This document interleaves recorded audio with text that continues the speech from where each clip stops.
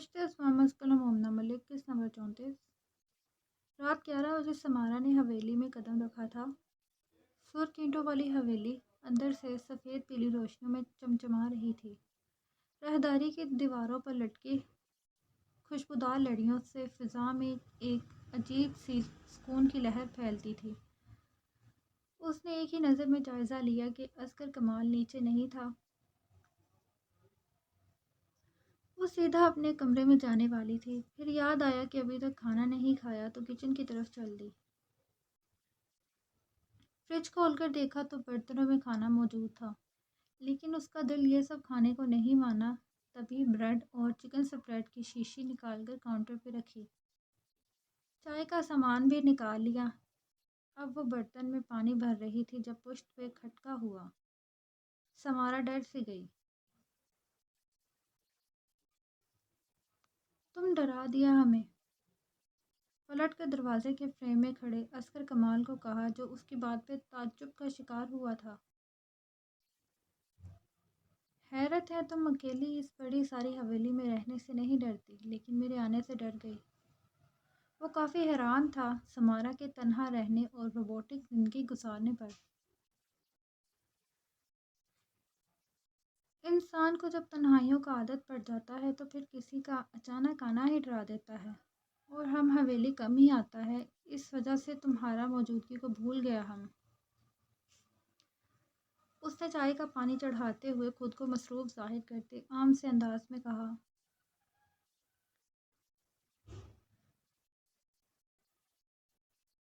تمہیں نہیں لگتا تم بہت عجیب ساؤنڈ کر رہی ہو؟ جب سے ہم ملے ہیں تمہارا رویہ میرے ساتھ کافی بدلا بدلا سا ہے۔ کیا جان سکتا ہوں ایسا کیوں؟ وہ اس کے قریب آ کر رک گیا۔ سمارا کا چلتا ہوا ہاتھ ایک پل کو ٹھہرا اور پھر سے چلنے لگا۔ پہلے تم بتاؤ کہ تم کیوں دکھاتا ہے جیسے تم بالکل انجان ہے؟ سمارا نے پوچھتے ہوئے بریڈ کا پیس نکالا۔ انجان سے مراد کس چیز سے انجان؟ کیا کوئی اہم بات ہے جو مجھے یاد نہیں؟ وہ نہ سمجھی سے گیا تھا۔ بریڈ پر سپریڈ لگاتی سمارا ارمان نے نگاہ اٹھا کر اس کا چہرہ دیکھا۔ وہ کچھ جانچنا چاہتی تھی۔ کچھ نہیں عسکر کمال، تم بتاؤ کہ ابھی تک جاگ کیوں رہا ہے؟ مقابل کا چہرہ وہ پڑھ نہیں پائی تو بات ہی گھما دی۔ وہ دراصل سمارا، میں پہلے کبھی اتنی بڑی جگہ پہ رہا نہیں ہوں، اور اکیلا تو ہرگز نہیں۔ کمرہ بھی تم نے دوسری منزل پہ دیا ہے۔ تنہا ہوں سوچ کر وحشت سی ہونے لگی تو اٹھ کر نیچے آ گیا۔ باہر گارڈن تک جا رہا تھا کہ کچن کے سامنے سے گزرتے تم پہ نظر پڑی تو یہیں آ گیا۔ سمارا نے اس کی بات کو سن کر سر ہلایا۔ تم نیچے کوئی کمرہ دیکھ لو، ہم ملازم سے کہہ کر صفائی کروا دے گا، پھر کل سے تم وہیں شفٹ ہو جانا۔ اس کی مشکل کو سمارا نے بنا یہ جانے حل کر دیا کہ عسکر کمال تو اسلام آباد شہر میں تنہا ہی رہتا تھا۔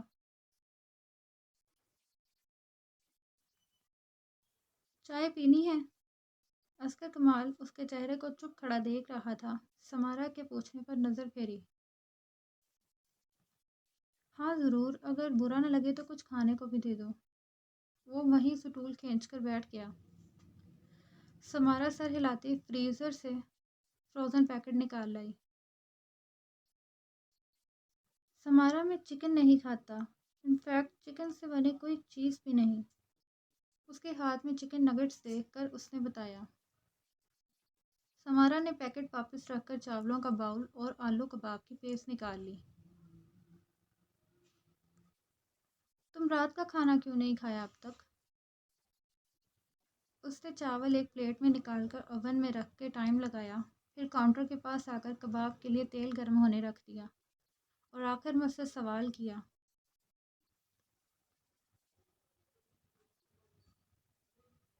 تمہیں کیسے معلوم میں نے کھانا نہیں کھایا؟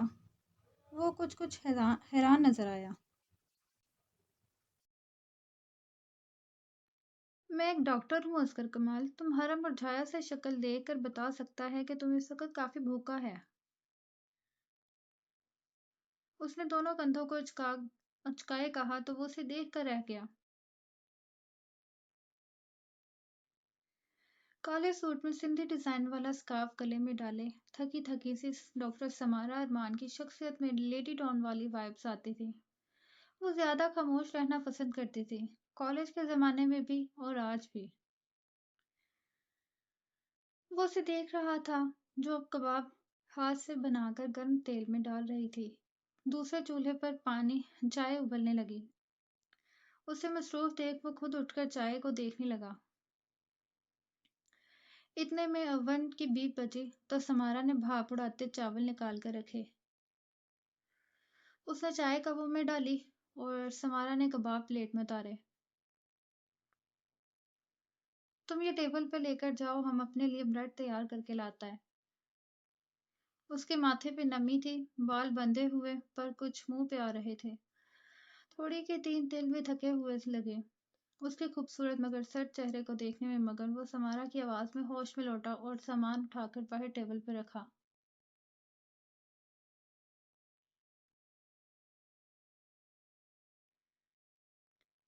تھوڑی دیر بعد سمارا اپنی پلیٹ کے ساتھ پانی کا گلاس لائی تھی۔ گلاس اس کے سامنے رکھ کر اپنا چائے کا کپ بریڈ والی پلیٹ میں رکھا اور پلٹ کر جانے لگی۔ کہاں جا رہی ہو سمی؟ وہ کرسی چھوڑ کر اٹھ گیا۔ اپنے کمرے میں۔ تم سکون سے کھاؤ، برتن یہیں چھوڑ دینا، صبح ملتے ہیں، ایک ضروری کام بھی کرنا ہے، کل صبح تیار رہنا۔ وہ کہہ کر اپنے کمرے میں چلی گئی اور عسکر کمال وہیں جامد رہ گیا۔ دن ڈھلتا ہے تو رات آتی ہے۔ آج یہ منظر سمارا ارمان کی ذات میں بھی دیکھ لیا اس نے، جبکہ وہ کس حد تک بدلی ہے یہ بھی اس نے دیکھنا ہے۔ ان کے درمیان خاموشی کے ساتھ ایک گہرے تعلق کی دھول سے ڈھکی تصویر موجود تھی۔ دونوں کے درمیان ماضی گزر کر بھی باقی تھا۔ سمارا ارمان کی بے نیازی، عسکر کمال کا طلب کرتا روح اور دونوں کے بیچ پراسرار سا سکوت ایک نیا سوال چھوڑ گیا تھا۔ کیا یہ دونوں اپنے ماضی سے آگے بڑھ پائیں گے یا پھر دونوں اپنی دنیا میں واپس لوٹ کر یوں ہی گم ہو جائیں گے جیسے کچھ ہوا ہی نہ ہو؟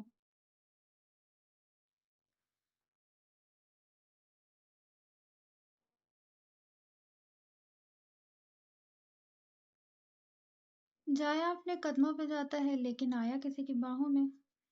زلیخا بیگم اپنے کمرے میں داخل ہوتے ہی جملہ کہہ رہی تھی۔ اب کیا ہوا؟ ہاشم خان نے فائل پر کچھ نشان لگاتے ہوئے سرسری انداز میں پوچھا۔ نواب زادی البیلا کی بات کر رہی ہوں، وہی ہے جس کے نخرے نہیں ختم ہوتے۔ ابھی دیکھ کر آئی ہوں، اپنے شوہر صاحب کی گود میں جھول رہی تھی۔ زلیخا بیگم کے منہ کا زاویہ ایسا تھا جیسے کڑوا نیم چبا لیا ہو۔ تو تمہیں کیا تکلیف ہے؟ وہ میاں بیوی ہیں، جائز تعلق ہے ان کا، جو مرضی کریں۔ ہاشم خان نے فائل پر نظر ثانی کرتے ہوئے بنا دیکھے ہی کہا۔ زلیخا بیگم نے بستر درست کرنا چھوڑ کر تیزی سے رخ موڑا۔ میں حیران ہوں سائیں، یہ الفاظ آپ کے ہیں؟ تنقید لہجے میں کہا گیا، جبکہ ہاشم خان نے بے پرواہ ہو کر جواب دیا۔ لیکن میں تم سے بالکل حیران نہیں ہوتا، تمہاری فطرت سے بخوبی واقف ہوں، لیکن پھر بھی کہوں گا اپنی عادات سے باز آؤ، ان پر نظر رکھنا بند کر دو، ورنہ تمہاری طبیعت اس مرتبہ میرے بجائے وہ دونوں ہی صاف کریں گے۔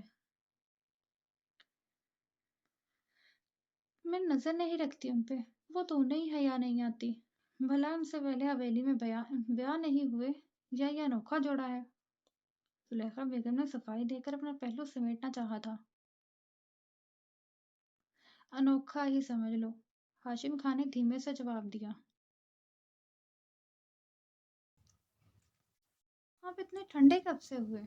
زلیخا بیگم نے سوالیہ انداز میں کہا۔ صبر کبھی کبھی ٹھنڈک ہی بن جاتا ہے زلیخا، اور میں جانتا ہوں تمہاری زبان اکثر بے قابو ہو جاتی ہے، لیکن تمہیں خود کو روکنا سیکھنا ہوگا۔ ہاشم خان نے لمبی سانس لیتے ہوئے کہا۔ یہ آپ کا انداز گفتگو نرگسیت سے بھرپور ہو گیا سائیں۔ مگر میں جانتی ہوں آپ کی خاموشی میں بھی چھپے ہوئے راز ہوتے ہیں۔ زلیخا بیگم نے شوق سے مسکراتے ہوئے کہا۔ ہاشم خان نے کوئی جواب نہ دیا، بس فائل کی طرف توجہ دی، لیکن ان کی آنکھوں میں گہری خاموشی چھپی ہوئی تھی۔ لگتا تھا زلیخا بیگم کی بات میں کچھ نہ کچھ حقیقت ضرور ہے۔ سمجھنے والوں کے لیے اشارہ کافی ہوتا ہے، اور میں سمجھ رہی ہوں، زلیخا بیگم نے ہنستے ہوئے کہا اور پھر بستر کی طرف بڑھ گئی۔ ہاشم خان نے سر جھکا لیا اور دوبارہ فائل پر نشان لگانے لگے۔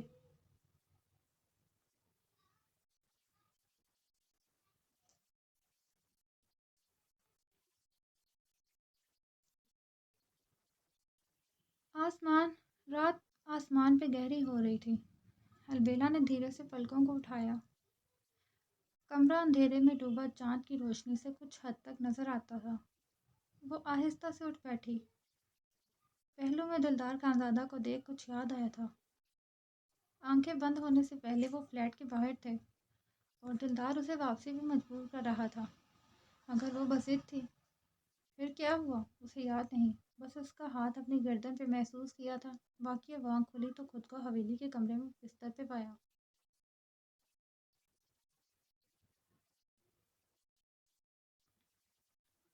میں آپ کو اس سب کے لیے کبھی معاف نہیں کروں گی۔ البیلا کا لہجہ سخت تھا، جیسے طویل عرصے کی تکلیف اب باہر نکل کر اس کے الفاظ بننا چاہتی ہو۔ اس کی آنکھوں میں دکھ کی گہری چھاؤں تھی، مگر ان میں غصے کا طوفان بھی تھا، جو اب سے صرف دلدار خانزادہ کے نام کا ہوگا۔ دلدار کا چہرہ سکون سے بھرا ہوا تھا، جیسے کچھ بھی نہیں ہوا، لیکن اس سکون نے البیلا کے دل میں ایسی تکلیف پیدا کی جو ناقابل برداشت تھی۔ وہ گھٹن محسوس کر رہی تھی، لگ رہا تھا دل کے کسی حصے میں کوئی احساس مر رہا ہو۔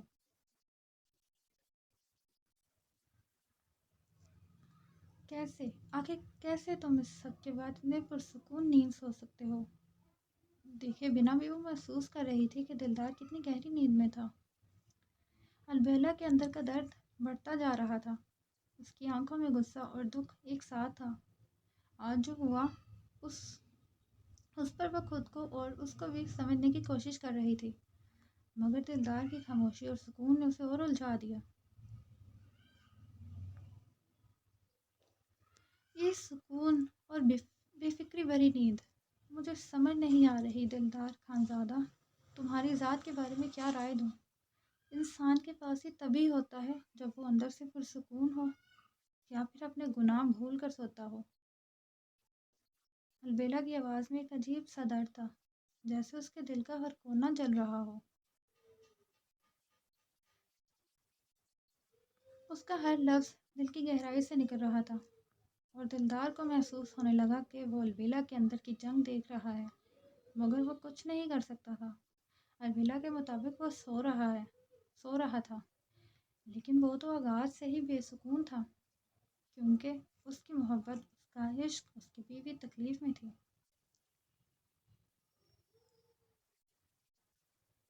تمہیں سکون کس بات کا ملتا ہے؟ کیا تمہیں لگتا ہے کہ تم نے جو کیا وہ کوئی چھوٹا سا گناہ ہے؟ جرم کو چھپانے والا اس میں برابر کا شریک ہوتا ہے۔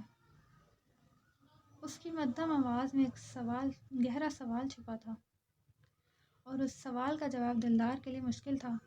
وہ خود بھی جانتا تھا کہ اس نے جو کیا وہ کسی بھی طرح معاف کرنے کے قابل نہیں۔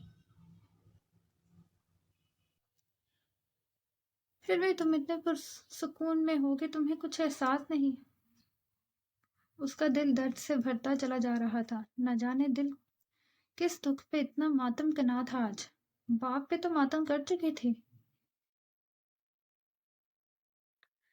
وہ ایک لمحے کے لیے رکی، سانس روک کر خود کو تسلی دینے کی کوشش کرنے لگی، پھر اس نے دل کی تمام تکلیف کو اپنے الفاظ میں ڈھال لیا۔ تم پرسکون اس لیے ہو کیونکہ البیلا زاویار تکلیف میں ہے، اور تمہیں اس بات سے خوشی مل رہی ہے۔ تمہاری آنکھوں میں چین ہے کیونکہ میری آنکھوں میں بے چینی ہے۔ البیلا کی آواز میں گرم اور غصہ تھا، جیسے ہر لفظ دل سے کھینچ کر نکال رہی ہو۔ اس کی آنکھوں میں ایک دریا کی گہرائی تھی۔ اس کے الفاظ تیز دھار تلوار کی طرح دلدار کے دل پر لگے۔ اس کی دھڑکنیں تتر بتر ہوئی، مگر وہ کچھ نہ کہہ سکا۔ البیلا کی بے خودی اور درد نے اس کی خاموشی کو مزید گہرا کر دیا تھا۔ وہ روتی روتی واپس لیٹ گئی۔ اس کے جسم میں لرزہ تھا، جیسے درد کی لہر وجود میں پھیل گئی ہو۔ اس کی آنکھوں میں آنسو بہنے کا سلسلہ رکا نہیں تھا اور اس کی ہچکیاں بند گئی تھی۔ اس کے دل میں دبکے درد نے اب پوری طرح اس پر قبضہ کر لیا تھا۔ وہ اپنی سانسوں کو قابو کرنے کی کوشش کر رہی تھی، مگر ہر سانس کے ساتھ اس کا درد اور بڑھ رہا تھا۔ اندر کا غم اور تکلیف اس پر بڑھتے جا رہے تھے۔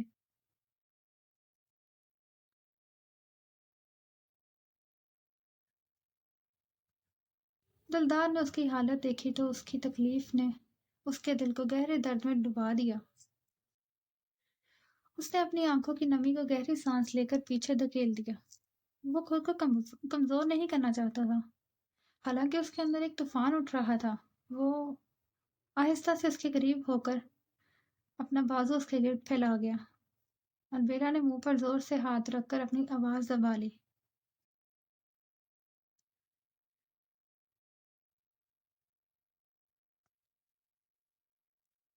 آپ کی یہ حالت دیکھ کر مجھے بھی سکون نہیں ملتا البیلا خانم، دلدار نے دل میں کہنا شروع کیا۔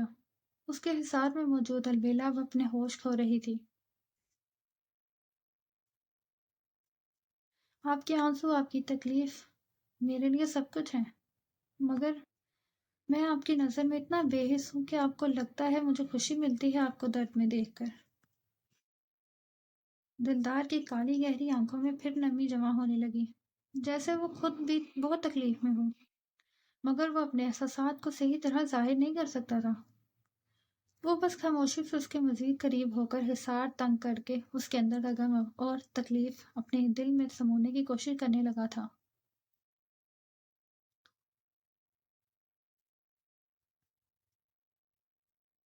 میں چاہتا ہوں آپ سکون پائیں، مگر آپ کی تکلیف مجھے بھی ریزہ ریزہ کر دیتی ہے۔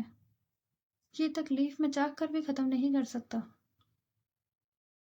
اس کا ایک ہاتھ نرمی سے اس کے بالوں کو سہلا رہا تھا۔ وہ چاہتا تھا کہ اس کے اندر کا جو درد ہے وہ کسی طرح اس تک پہنچے اور اس درد کو اپنے اندر جذب کر لے۔ میں نہیں جانتا کہ میں آپ کو کب وہ سکون دے سکوں جس کی آپ کو ضرورت ہے۔ میں غلط نہیں ہوں خانم، مگر آپ کی ہر ہچکی اور ہر آنسو مجھے بتا رہا ہے کہ میں بہت گنہگار ہوں۔ میں نے جو کیا ہے اس کی کوئی معافی نہیں۔ خدا بھی شاید مجھ سے روٹھ جائے۔ اس کی سرگوشی میں ایک گہرا دکھ تھا، لیکن سننے والی روتی روتی سو گئی تھی۔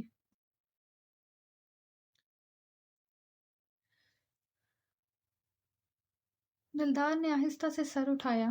اس کے دل میں ایک گہرا درد تھا جو اس کی آنکھوں میں صاف نظر آ رہا تھا۔ اس کی نظریں البیلا کے آنسوؤں سے تر سوئے ہوئے چہرے پر مرکوز تھی۔ وہ اس کے دکھ کو اپنی ہر سانس میں محسوس کر پا رہا تھا۔ پھر اس نے خاموشی سے اپنے ہاتھ کو اس کے چہرے پر رکھا اور آہستہ سے اس کے پیشانی کی طرف جھکا۔ اس کا دل لامتناہی کشمکش میں تھا۔ وہ اس سے متنفر ہو کر سوئی تھی۔ پھر وہ کیسے یہ کرے؟ لیکن اس کے جذبات نے اسے مجبور کیا کہ وہ یہ کرے۔ شاید اس کی تکلیف کو ایسا کرنا کم کر سکے۔ دلدار کی آنکھوں میں ایک نرم سا دکھ تھا، اور جب اس نے البیلا کی پیشانی پر اپنے ہونٹ رکھے تو جیسے وقت تھم گیا تھا۔ وہ کئی لمحوں کے لیے رک گیا۔ اس نے خواہش کی یہ لمحہ ہمیشہ کے لیے رک جائے۔ وہ البیلا کی تکلیف سمیٹ کر اپنی محبت کے لیے جگہ بنا دے۔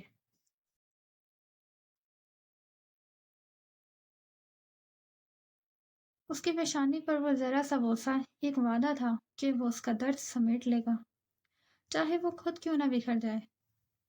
دلدار نے آہستہ سے ہونٹ ہٹا کر تکیے پر سر رکھا اور اپنی آنکھیں بند کر لی۔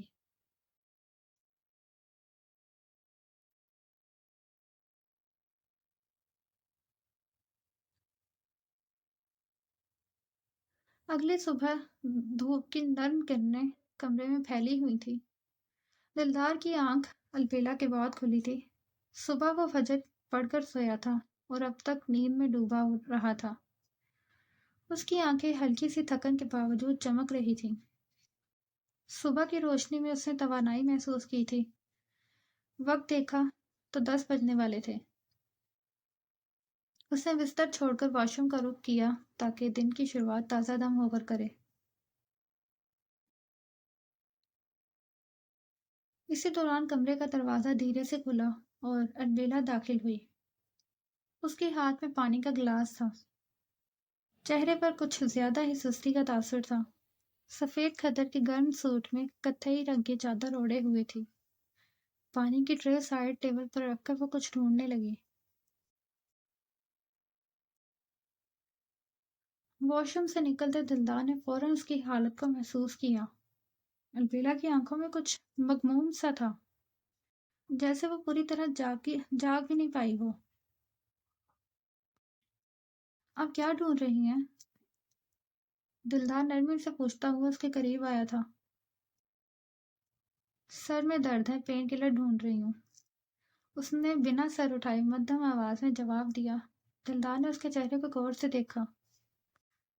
اس کے ماتھے پہ تنی ہوئی لکیریں اور آنکھوں کی ادھوری چمک اس کی حالت کو اور زیادہ واضح کر رہی تھی۔ البیلا کو دیکھتے دلدار کی آنکھیں بھی مدھم ہو گئیں اور دل پہ گہرے نشان پڑنے لگے۔ یہ صرف سر درد کا مسئلہ نہیں تھا، یہ کچھ اور تھا، بہت گہرا سا۔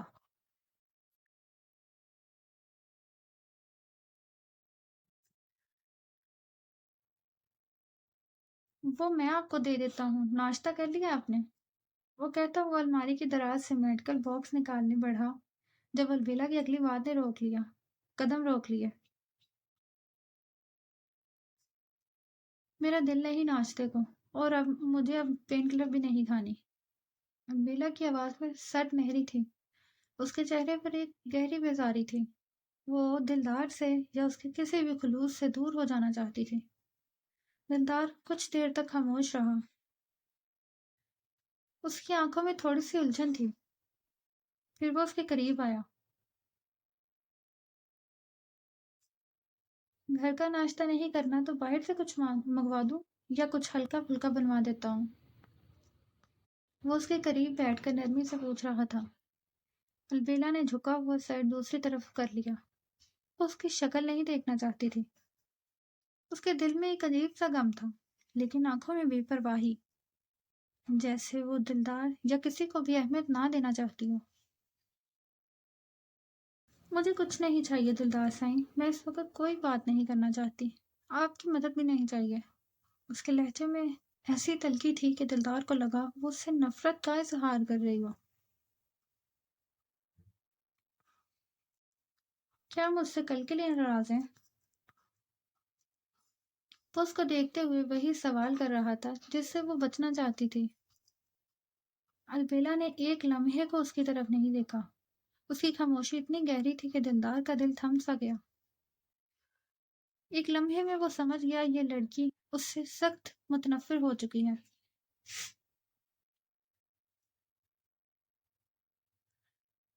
میں آپ کی تکلیف کو سمجھنا چاہتا ہوں، مگر آپ مجھے بتائیں گے نہیں تو میں کیسے جان پاؤں گا؟ تم کبھی نہیں سمجھ پاؤ گے دلدار خانزادہ، تمہیں کبھی نہیں احساس ہوگا کہ میں کس حال میں ہوں۔ البیلا یہ بولنا چاہتی تھی مگر دل میں ہی رہ سکی۔ وہ اس کے قریب بیٹھا رہا بغیر کسی بات کے، اور بس انتظار کرتا رہا کہ کب البیلا اپنی چپ توڑ کے کچھ کہے، لیکن وہ کچھ نہ بولی۔ آخر میں دلدار کو ہار مانتے ہوئے میڈیکل باکس سے ایک گولی نکال کر اس کی ہتھیلی پر رکھنی پڑی۔ البیلا نے چپ چاپ وہ منہ میں ڈال کر پانی کے 2 گھونٹ بھرے اور لیٹ گئی۔ دلدار نے اپنی بقایا تیاری مکمل کی تھی۔ سفید لباس پر سرمئی شال کندھوں پہ ڈالے، سیاہ بالوں اور داڑھی مونچھوں کے ساتھ جاذب لگ رہا تھا۔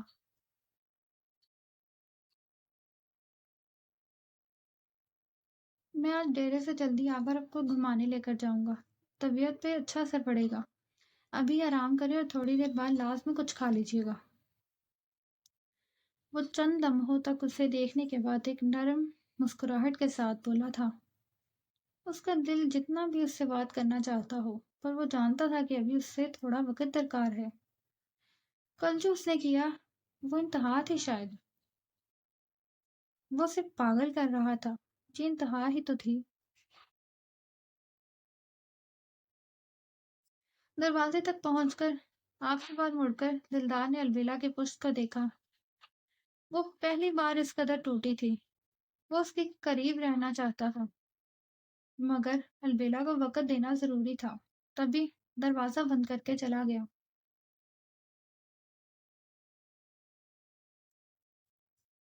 تمہیں اپنے سکون کا احساس تب تک نہیں ہوگا جب تک تم میری تکلیف کا سامنا نہ کرو۔ میں تم سے نفرت نہیں کرنا چاہتی تھی دلدار خانزادہ، لیکن تم نے مجھے مجبور کر دیا کہ تم سے بے حد نفرت کروں۔ البیلا کی آواز میں اتنی نفرت اور درد تھا کہ دلدار سنتا تو ہل نہ پاتا۔ البیلا کا دل خود سے عہد کے بعد شدید تکلیف میں ڈوب گیا اور وہ شدت سے رو دی۔ تحریم بیگم کے گھر میں بلقیس بی بی کرایہ دار کی حیثیت سے داخل ہو چکی تھی۔ کوئی نہیں جانتا تھا یہ نئے قدم اس گھر کا بچا کچا سکون بھی لے اڑیں گے۔ تباہی نے گھر کی دہلیز پار کر لی تھی۔ وہ عورت ایک بیگ کے ساتھ آئی تھی۔ صبح 9 بجے ہی گیٹ پہ موجود تھی۔ پلوشا اس وقت اوپر کا کام نپٹا کر اتر رہی تھی جب بلقیس بی بی نے گھر میں پہلا قدم رکھا۔ عجیب دیکھنی تھی اس عورت کی۔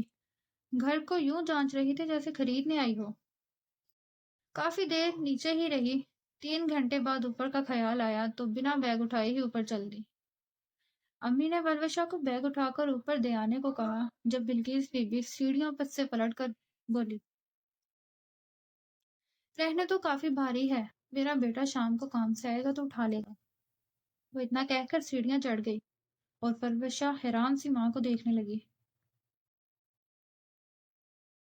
ہاں، وہ ان کا بھتیجا ہے، ساتھ ہی شفٹ ہوا ہے، تمہیں بتانے کا یاد نہیں رہا۔ یہ سراسر ناانصافی تھی کہ آج تک اسے کچھ پوچھ یا بتا کر کیا گیا ہو۔ جب سے بابا گئے اور البیلا کو جانا پڑا، تب سے پلوشا کی ذات غیر اہم ہو کر رہ گئی تھی۔ امی کیا کرتی پھرتی تھی وہ نہیں جانتی اور نہ پوچھنے کا حوصلہ تھا۔ اس نے چپ چاپ سر ہلا دیا۔ اسے مسئلہ کرایہ دار رکھنے پہ تھا۔ اب جب رکھ لیے تو کتنے افراد رکھے کیا فرق پڑتا ہے جب چلنی امی کی تھی۔ یہ تھی آج کی ایپیسوڈ۔ امید ہے آپ لوگوں کو پسند آئی ہوگی، اور اکثر کیسی لگی آپ لوگ کمنٹ سیکشن میں بتائیں۔ اور ملتے ہیں اگلے ایپیسوڈ پہ۔ اپنا خیال رکھیں، دعا میں یاد رکھیں۔ اللہ حافظ۔